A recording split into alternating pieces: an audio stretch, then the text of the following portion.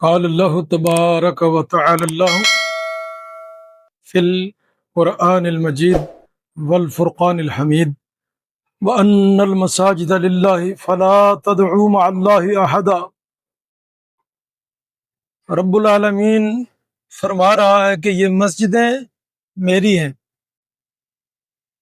لہذا جب مسجدیں اللہ کی ہیں تو آگے اللہ فرما رہا ہے کہ فلا تدعوا مع اللہ احدا، میرے علاوہ کوئی اور پکار مت کرو، اس میں کسی کا ذکر مت کرو، صرف یاد الہی کے لیے مسجدیں ہوتی ہیں۔ اور جب روئے زمین پر جہاں کہیں مسجد بن جاتی ہے تو وہ گویا خدا کی ملکیت میں آ جاتی ہے۔ مسجد کو گرانا کسی جگہ بھی، چاہے وہ راول ڈیم کے پاس ہو یا پورے ملک کے اندر، دنیا کے اندر جہاں کہیں بھی ہو، وہ اللہ تعالیٰ کی ملکیت میں ہوتی ہے، وہ اللہ کی ملکیت ہے۔ تو گویا یہ کسی طالب علم یا کسی عالم یا عوام کے ساتھ ٹکر نہیں، یہ گویا خدا کے ساتھ براہ راست ٹکر ہے۔ جس وقت کسی گیدڑ کی موت آتی ہے تو وہ شہر کا رخ کرتا ہے، اسی طرح سانپ کی ہے تو راستے میں آ جاتا ہے۔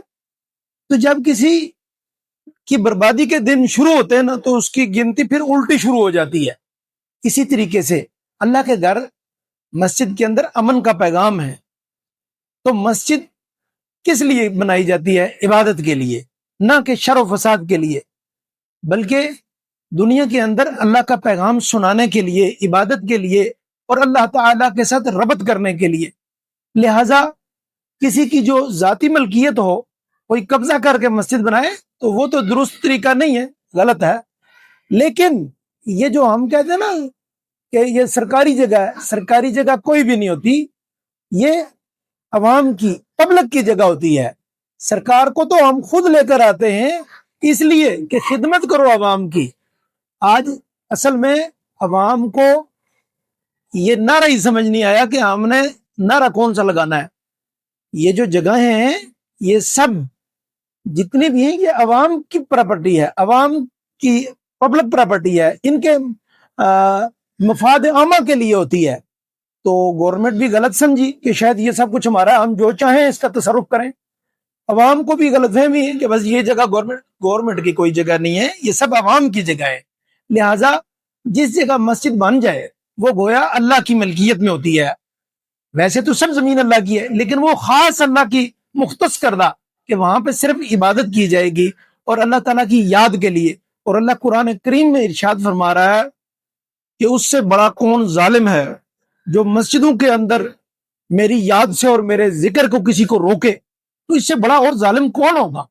لہذا ظالموں کو واضح طور پر قرآن کریم نے کئی جگہ جو ہے ان کے اوپر احکامات سنائے ہیں۔ حدیث میں آتا ہے کہ ظلم ظلمات یوم القیامہ، یہ ظلم اندھیرے کی شکل میں قیامت کے دن بھی آئے گا۔ لہذا مسجدیں اللہ کا گھر ہے، اس کو آباد کریں نہ کہ اس کو گرائیں۔ آگے عوام تھوڑی لوٹی پٹی ہوئی ہے، وہ بیچاری اور تھوڑے مسائل کے اندر مسائل زدہ ہے، تم نے جناب علی ایک نئی شرارت شروع کر دی، نئی بدماشی شروع کر دی کہ چلو مسجدیں گراتے ہیں۔ یہ کون سا تماشا شروع کر دیا؟ اس تماشے سے باز رہیں، یہ تماشا نہ لگائیں، بلکہ مسجدوں کے خادم بنیں، مسجدیں جہاں بنی ہوئی ہیں ان مسجدوں کو آباد کریں اور تفرقہ بازی مت کریں۔ جس مسلک کی جہاں مسجد ہے اس کو قائم رہنے دیں، اپنی اپنی عبادتیں کریں اور اپنی اپنی ترتیب قائم رکھیں۔ خاص طور پر توحید کی جو ترتیب ہے اس پہ سب آ جائیں۔ اور رہا مسئلہ یہ کہ یہ جگہ قانونی ہے یا غیر قانونی ہے، تو مسجدیں تو بنتی ہی سرکار کی جگہ پہ ہیں، تو جب بن جائیں تو کوئی مائی کا لال وہاں سے رب کریم کی ملکیت سے واپس لینے کی طاقت نہیں رکھتا۔ اگر وہ یہ کرتا ہے تو اس طرح کرنے والے پہلے بھی بڑے گزرے ہیں، پھر ان کا انجام ذرا قرآن سے سن لے، پیغمبر کے فرمان سے سن لے، اللہ نے ان کو کیسے نابود فرمایا ہے۔ تو اللہ تعالیٰ ان کو تھوڑا چھوڑتا ہے، ان ربک لبالمرصاد، دیکھ تو ان کو بھی رہا، تو انشاءاللہ اپنی باری پر یہ بھی پکڑے جائیں گے۔ اللہ تعالیٰ ان کو ہدایت دے، اگر ان کی مقدر ہدایت سے خالی ہیں تو اللہ تعالیٰ مسلمانوں کے راستوں سے ان کو دور و دفع فرمائے۔